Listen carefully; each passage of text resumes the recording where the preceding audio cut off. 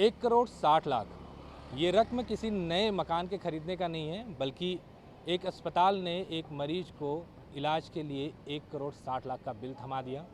जब विवाद बढ़ा तो अस्पताल की तरफ से सफाई आई कि मरीज का इलाज पिछले 4 महीने से चल रहा था, इसके कारण इतना बिल आया।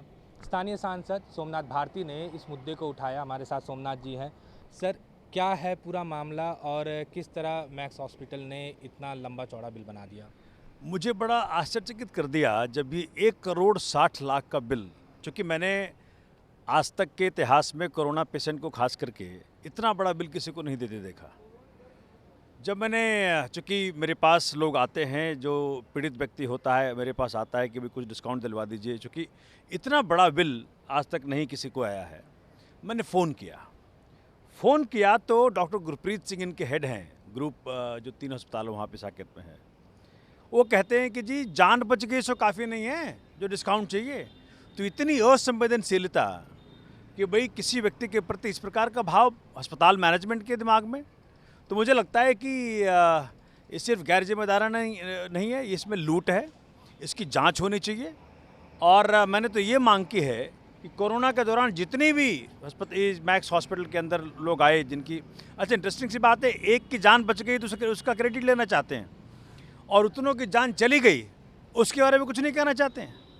तो परमात्मा क्या, मैं तो कह रहा हूँ डिस्पाइट ऑफ द हॉस्पिटल के बावजूद आदमी बच गया। मैं तो कह रहा हूँ क्योंकि इतना ज़्यादा बॉडी को टॉर्चर किया होगा उन लोगों ने, फिर परमात्मा के आशीर्वाद से बच गया, और फिर इतना बड़ा बिल। मैंने मांग की है कि पूरे कोरोना के दौरान जितनी भी ट्रीटमेंट दी इस हॉस्पिटल ने, सबकी ऑडिट हो, एक एक मरीज़ का ऑडिट हो, और फिर दूध का दूध पानी का पानी बाहर आए और सच बाहर निकले। दूसरे मैंने मांग की है कि भाई कोई लेजिस्लेशन के जरिए एक रेगुलेटरी अथॉरिटी का संस्थापना हो, जिसके जरिए फिर इस प्रकार के जो हॉस्पिटल्स हैं, प्राइवेट हॉस्पिटल्स, जो अनसेंड जो भी बिल दे देते हैं लोगों को, और चूँकि इमोशनल व्यक्ति होता है उस वक़्त, आप समझ लें कि उस वक़्त आप जो कुछ मांग लें वो अपने चहेते के लिए, अपने लव्ड वन के लिए कुछ भी कर सकता है व्यक्ति, तो वो तो बड़ा डिस्ट्रेस में होता है। अस्पताल कह ही नहीं सकता कि वो तो परिवार मान गया। भाई परिवार के पास चॉइस क्या है?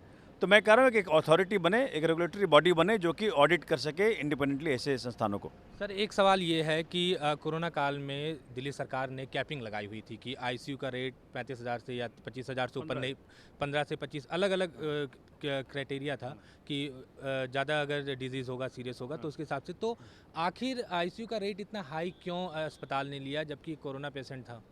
तो मैं यही तो कह रहा हूँ, चूँकि मुझे भी बहुत शंका है इस बात पे, और इसी बात को लेकर के मैं माननीय स्वास्थ्य मंत्री जी से मिला, और उनसे मिलने के बाद मैंने यही बातें कही कि भाई जो अरविंद जी ने, माननीय मुख्यमंत्री जी ने जो पूरे कैप्ड करा था एक्सपेंडिचर्स को, दिल्ली इकलौता शहर था जहाँ की ये बात हुई थी कि भाई कैप करो, अदरवाइज लूट तो बहुत हो रही है। तो क्या वो कैप्ड प्राइसेस का इन्होंने पालन किया कि नहीं किया? जब जाँच होगी तो सब कुछ मालूम पड़ेगा।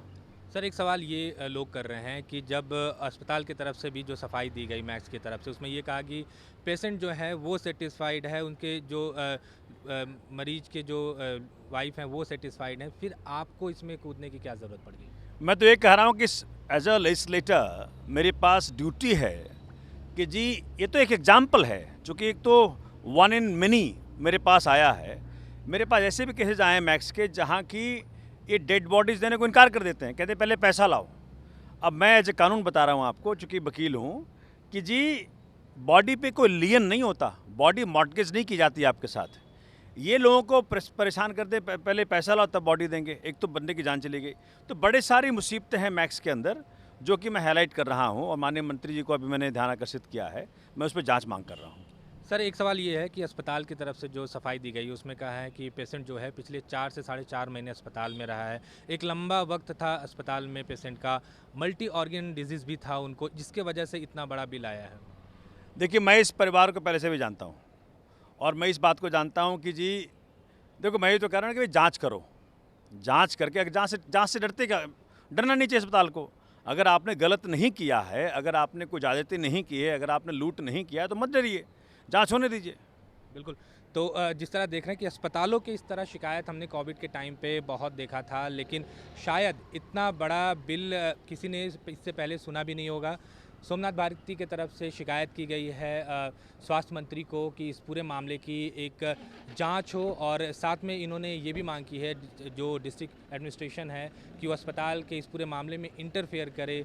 साथ ही जो मैक्स हॉस्पिटल का वर्जन है वो बार बार ये कह रहे हैं कि एक लंबा समय जो पेशेंट था वो अस्पताल में था और उनको मल्टी डिजीज़ था, जिसके कारण ये जो बिल है इतना लंबा चौड़ा आया है। नई दिल्ली से कैमरा पर्सन सुनील के साथ अमित पांडे, न्यूज़ 24।